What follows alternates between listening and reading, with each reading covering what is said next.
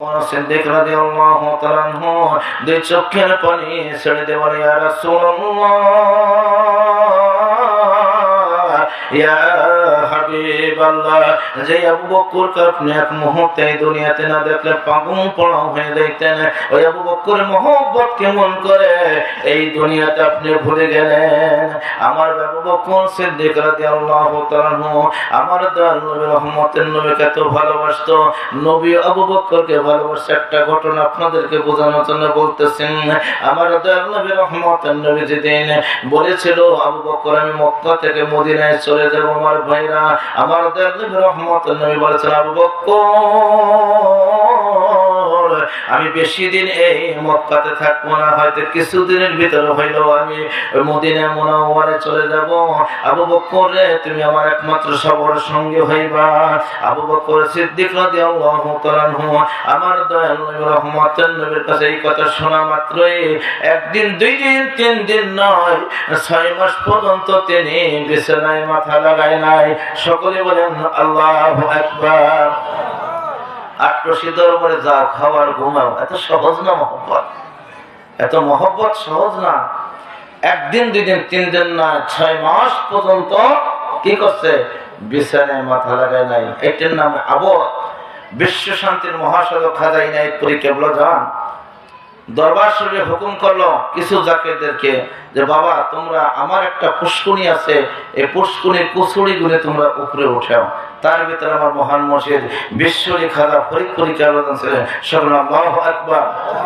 আমার ভাইরা, বিশ্ব শান্তির মহাসাগর খাজা ইনায়েতপুরী কেবলা যান আমার দাদু হুজুর বলে, বাবা আমার ওই পুষ্কুনি কচুরি আছে, কচুরি তোমরা পরিষ্কার করতে থাকো। শীতের দিন আমার ভাইরা, অনেক জাকির ভাইরা পুষ্করিতে কচুরি পরিষ্কার করতে শুরু করে দিল।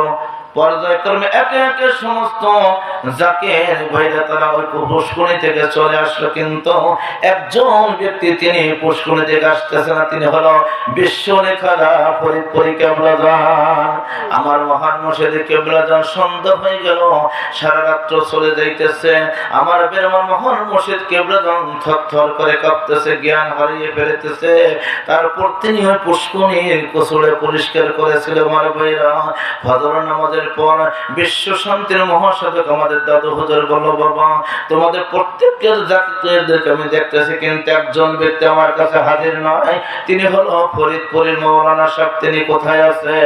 একজন জাকির ভাই বলল, বাবা গতকাল সে কুফুসুরির বিল পরিষ্কার করার জন্য পুষ্করিতে গিয়েছে, এখন পর্যন্ত সে আসছে কিনা জানি না। বিশ্ব শান্তির মহাসাধক খাজা ইনায়েতপুরী কেবলা যান আল্লাহর ওলির রূহানি চক্ষু দ্বারা সব দেখতে পারে, কথা ঠিক কিনা? বিশ্ব শান্তির মহাসাধক খাজা ইনায়েতপুরী কেবলা যান বলল, বাবা তাড়াতাড়ি পুষ্করিতে যাইয়ে দেখো আমার ফরিদপুরের মাওলানা সাহেবের কি অবস্থা। আমার বেলা কিছু সংখ্যক জাকির ভাইরা দৌড়িয়ে যখন পুষ্করির কিনারে চলে গেল, তারা তাকাইয়ে দেখে আমার মহান মসজিদ বিশ্বরী খাজা ফরিদপুরী কেবলা যান থরথর করে কাঁপতেছে। আমার বেলা ওই জাকির বেলা তাকে ধরে নিয়ে আসলো।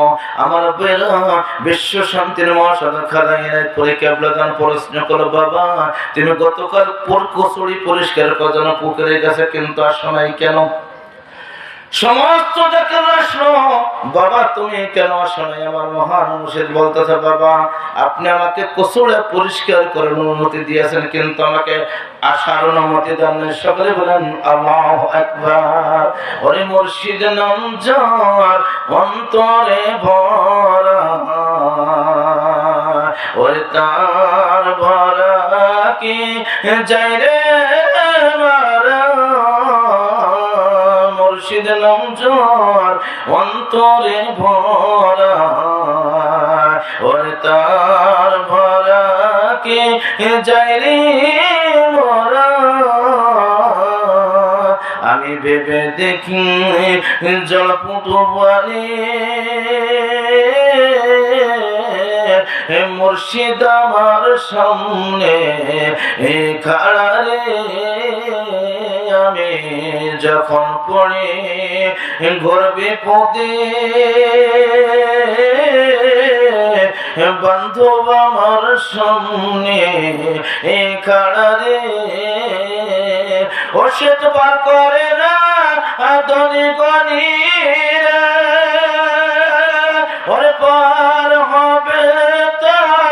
ভক্ত যারা তার বরাকে যায় রে মারা মুর্শিদ নামজার অন্তরে ভরা ওরে তার বরাকে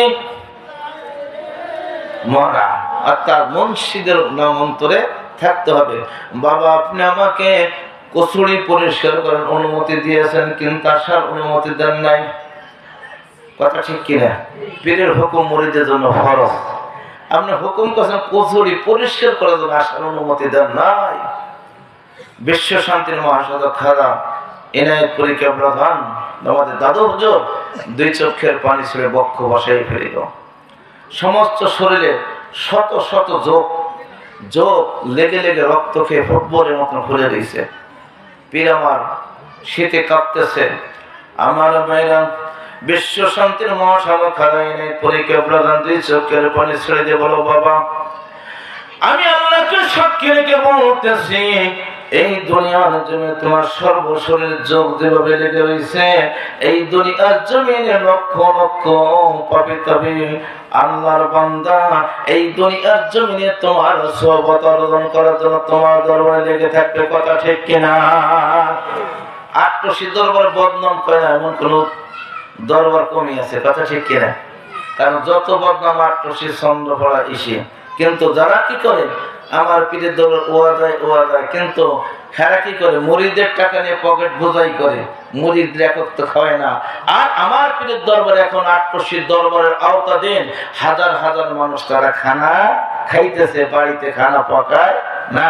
এটা না বিশ্ব খারাপ হরিপুরি কেবলা মুরিদের টাকা দিয়ে পকেট গরম করো, মুরিদের একক তো খাও না আর আমাকে বদনাম করো, এত সহজ না। আমার ভাইরা বিশ্ব শান্তির মহাসাধক খাজা এনায়েতপুরী কেবলা খান বলছে বাবা এই দুনিয়ার জমিনে তোমার শরীরে যোগ লেগে রয়েছে, এই দুনিয়ার জমিনে লক্ষ লক্ষ আশিক পাগল তোমার কদমে সোহবত অর্জন করার জন্য তোমার দরবারে লেগে থাকবে। এই দরবারে ভাবমূর্তি নষ্ট করার জন্য মানুষ লক্ষ লক্ষ চেষ্টা করতেছে, কিন্তু আল্লাহ রাব্বুল আলামিন প্রদত্ত দরবার বিশ্বজাতের মঞ্জিল পাক দরবার শরীফ, এই দরবার শরীফ আছে এবং কিয়ামত পর্যন্ত থাকবে, কথা ঠিক কিনা? দেখেন ভাইরা আবু বকর সিদ্দিক রাদিয়াল্লাহু তাআলা আমার রাসূলকে কেমন মহব্বত করছে, একদিন দুই দিন তিন দিন নয় 6 মাস পর্যন্ত বিছানায় মাথা লাগায় না। এমন সময় আমার দয়াল নবী রহমতের নবী দিন তিনি মক্কা থেকে মদিনায় চলে যায়। আমার ভাইরা আমার মহান মুর্শিদ কেবলা জান তারা এই দুনিয়ার জমিনে তার মাসুককে যেমন ভালোবাসছে, আমার ভাইরা এই দুনিয়ার জমিনে এই ভালোবাসার শিক্ষা হলো রাসূল ও সাহাবী থেকে, কথা ঠিক কিনা? আবু বকর সিদ্দিক রাদিয়াল্লাহু তাআলা আনহুর দরবারে গিয়ে যখন একটা টোকা দিল সঙ্গে সঙ্গে আমার দয়াল নবী রহমতুল্লাহ নবী বলে আবু বকর আমার ভাইরা সঙ্গে সঙ্গে আবু বকর বলে লাব্বাইক ইয়া রাসূলুল্লাহ, লাব্বাইক ইয়া রাসূলুল্লাহ, ইয়া রাসূলুল্লাহ, ইয়া হাবিবাল্লাহ আপনার গোলাম আবু বকর আপনার খেদমতে হাজির আছে। আমার দয়াল নবী রহমতের নবী আমার বলতেছে আবু বকর তুমি কি বিছানায় ঘুমাও নাই? আবু বকর সিদ্দিক রাদিয়াল্লাহু তাআলা আনহু বলল ইয়া রাসূলুল্লাহ, ইয়া হাবিবাল্লাহ যেদিন আপনি বলেছেন আপনি মক্কা থেকে মদিনায় চলে যাবেন, ইয়া রাসূলুল্লাহ, ইয়া হাবিবাল্লাহ ওই দিন থেকে আমি একদিনের বিছানায় মাথা লাগাই নাই। সকলে বলেন সুবহানাল্লাহ। ইয়া রাসূলুল্লাহ, ইয়া হাবিবাল্লাহ এই জন্য আমি বিছানায় মাথা লাগাই নাই। আপনি রহমতের নবী আমার একটা ছাড়া দুইটা যা যদি আপনাকে দেন আমার বিয়ে থেকে হয়ে যাবে। কাল কিয়ামতের ময়দানে আমার আল্লাহ যদি আমাকে প্রশ্ন করে আমার বন্ধু রহমাতুল লিল আলামিন তোমাকে ইসলামের খেদমতে একটা ছাড়া দুইটা ডাক কেন দিয়েছে? আটশি দরবারে যাও মওলানার ওয়াজ করে আমরা ঘুমিয়ে থাকি, এইগুলো আমাদের কাজ। এইটা রাসূলের শিক্ষা না, হাসেন না। মসজিদে ফজর ইমাম সাহেব আযান দেয়, এলাকার শত শত মানুষ তারা ঘুমিয়ে থাকে। ইমাম সাহেব ভাগ্য বলেন দুইজন মুসল্লি পায়, ইমাম সাহেবের সাথে আমি অনেক সময় বলে আমি যখন ইমামতি করছি একজন ব্যক্তির ভাই আপনার বাসার কাছে আপনি নামাজ পড়তে আসেন না কেন? হুজুর আপনার কাম আপনি করেন, এত কত দরকার কি? আপনার কাম আপনি করেন আর কি আমাদের কাম আমরা করি। আমার ভাইরা আবু বকর সিদ্দিক রাদিয়াল্লাহু তাআলা বলতেছেন, ইয়া রাসূলুল্লাহ, ইয়া হাবিবাল্লাহ, আপনি যদি একটা সূরা দুইটা টাকা আমাকে দেন, এটা আমার জন্য বেয়াদবি হয়ে যাইবে। কাল কিয়ামতের ময়দানে আমি আল্লাহর দরবারে আসামি হয়ে যাইব। এই জন্য আমি আজ একদিন, দুই দিন, তিন দিন নয়, 6 মাস পর্যন্ত আমি বিছানায় মাথা লাগাই নাই। ইয়া রাসূলুল্লাহ, ইয়া হাবিবাল্লাহ, এই জন্য মাথা লাগাই নাই। রাহমাতাল লিল আলামিন নবী আমার কোন সময় আমাকে ডাক দেবে, আমি আমার রাসূলের ডাকে সাড়া দেব। আমার বেলা আমার দয়াল নবী রহমাতুল নবী আমাদের চোখের পানি ছেড়ে দিয়ে বলল, আবু করে আল্লাহ রাব্বুল আলামিন তোমার প্রতি রাজি এবং খুশি হয়েছে। সুবহানাল্লাহু আকবার। আমার বের রহমাতুল লিল আলামিন নবী আমার বলেছেন, तमाम দুনিয়ার মানুষের নেক যদি এক পালে ওজন করা হয়, আর আমার আবু বকরের নেক যদি এক পালে ওজন করা হয়, আবু বকরের নেকের পাল্লা ভারী হয়ে যাইবে। আমার বের আবু বকর সিদ্দিক রাদিয়াল্লাহু তাআলা হইবার কাঁদতেছে, ইয়া রাসূলুল্লাহ, ইয়া হাবিবাল্লাহ, আপনি যে আবু বকরকে এক মুহূর্তে দুনিয়াতে না দেখলে পাগল করা হয়ে যাইতেন, ওই আবু বকরের মহব্বত আমি কেমন করে ভুলে গেলেন। রহমাতুল নবী আমার তিনি সিজদা উঠায় না। আমার বের পর্যায় করবে মা ফাতেমা রাদিয়াল্লাহু তাআলা ওই গুহার নিকটবর্তী চলে যায়। মা ফাতেমা রাদিয়াল্লাহু তাআলা দূর থেকে বলতেছে, ও আমার প্রাণের বাবা, তোমার কলিজার টুকরা নয়নের মনি ইমাম হাসান হোসেন আজ 3 দিন পর্যন্ত খানা খাইতেছে না। আমার বের আমার নবী রহমাতুল নবী সিজদা উঠায় না। এমন সময় আল্লাহ রাব্বুল আলামিন বলে, জিবরাইল তুমি যাও। জিবরাইলকে বলে, জিবরাইল তুমি যাও আর বন্ধুকে জানিয়ে দাও, এই দুনিয়ার জমিনে যদি তার গুনাহগার উম্মতের মুক্তির ব্যবস্থা করতে চায়, তার কলিজার টুকরা নয়নের মনি ইমাম হাসান হোসেনকে আমার রাস্তায় কুরবান করিতে হইবে। জিবরাইল আমার দয়াল নবী রহমাতুল নবীর দরবারে চলে যায়। আমার দয়াল নবী রহমাতুল নবীর কান মুবারকের কাছে মুখ লাগাইয়া বলতেছে, ইয়া রাসূলুল্লাহ,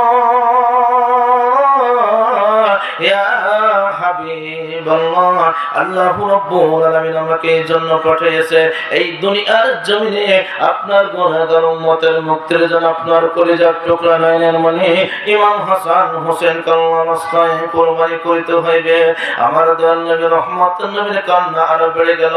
আমার ভাইরা এমন সময় পর্যায় করবে মা ফাতেমা রাদিয়াল্লাহু তাআলা জানতে পারলো, এই দুনিয়ার জমিনে তার বাবার গুনাহগার উম্মতের মুক্তির জন্য তার কলিজার টুকরা নয়নের মনি ইমাম হাসান হোসেনকে আল্লাহর রাস্তায় কুরবানি করিতে হইবে। মা ফাতেমা রাদিয়াল্লাহু তাআলা একটা চিৎকার দিয়ে বলল, ও চাচা জিবরাইল,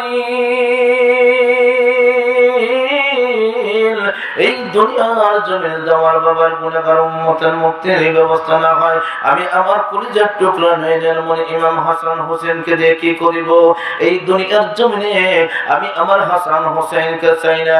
এই দুনিয়ার জমিনে আমার বাবার গুনাহগার উম্মতের মুক্তির জন্য আমার কলিজার টুকরা নয়নের মনি ইমাম হাসান হোসেন আল্লাহর রাস্তায় কুরবানি করে দিলাম। ও দয়াল নবী গো, তুমি আমার হইও গো কান্ডারি। ও মায়ার নবী গো, তুমি আমার হইও গো কান্ডারি। আল্লাহুম্মা